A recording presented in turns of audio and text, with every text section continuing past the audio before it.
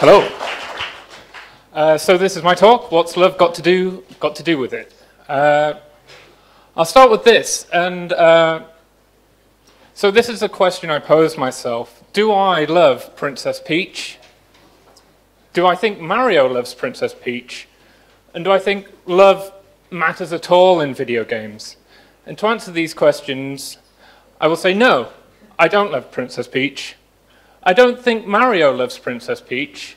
I think he's more obsessed with stomping on stuff and general mayhem and destruction. But I don't think he cares about Princess Peach at all. But I do think love is important in video games. So how deep is your love?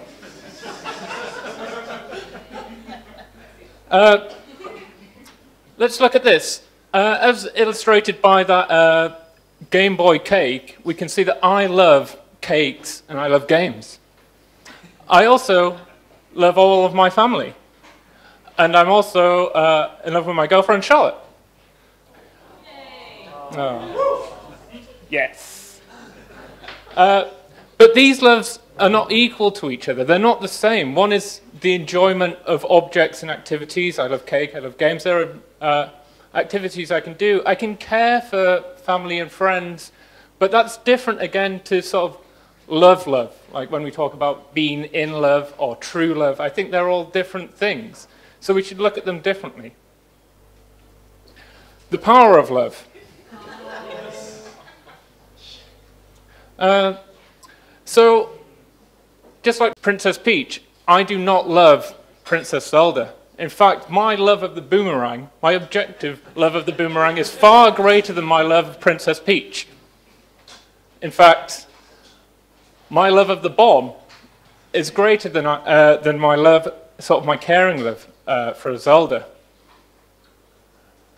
I think I love the bow and arrow more than Link is in love with Princess Zelda.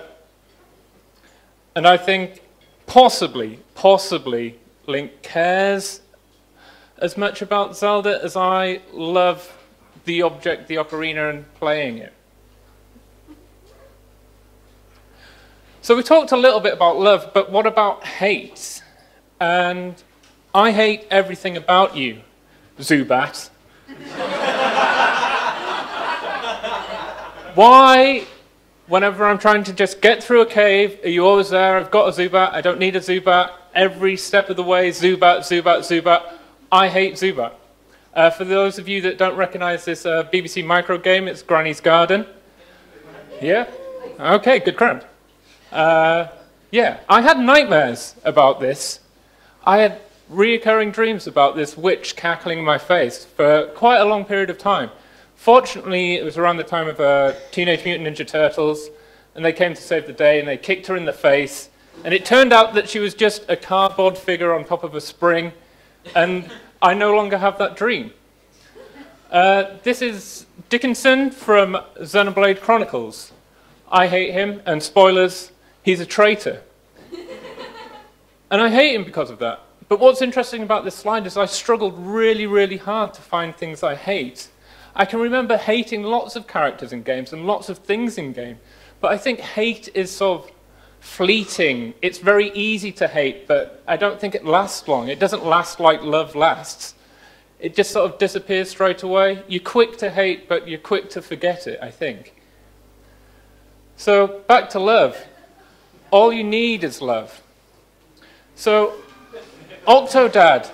Octodad clearly cares for his family, and all his family care for him in the end.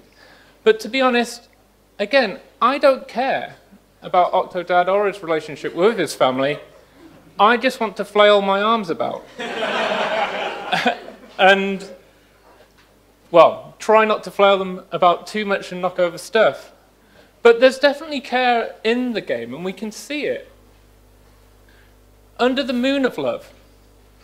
So to the moon, we've got Johnny and River, and they're clearly in love. And I cared about these characters. But I felt that I might have an effect on their relationship as I was playing the game. I felt that I might sort of ruin their relationship or change their relationship. As it turns out, I didn't really have that much effect on their relationship, but because I felt like I could change it in some way by my actions, by not playing, by continuing to play, by changing the past, by changing the memories. I felt more connected to them. And I think this is sort of starting to move into the right direction about how we can start feeling love for characters in different senses. You've lost that loving feeling. Hatoful Pigeon. I played this, and this is sort of meant to be about dating and love, but when I played it, I didn't feel anything for any of the pigeons. I just wanted to go to the library and study, and I wanted to stay behind and do extra maths class. And then eventually the pigeons kicked me out because I didn't hang out with the pigeons long enough. And that was really sort of annoying. I thought, well, I'm going to school, why can't I just study? Why do I have to hang out with the pigeons?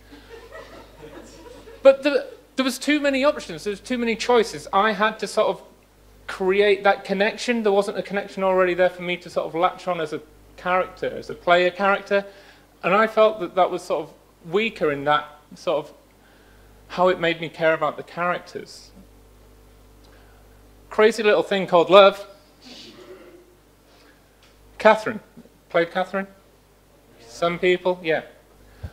I definitely felt like, as Vincent, I was really having to choose between which Catherine I would love. Which one I'd care about.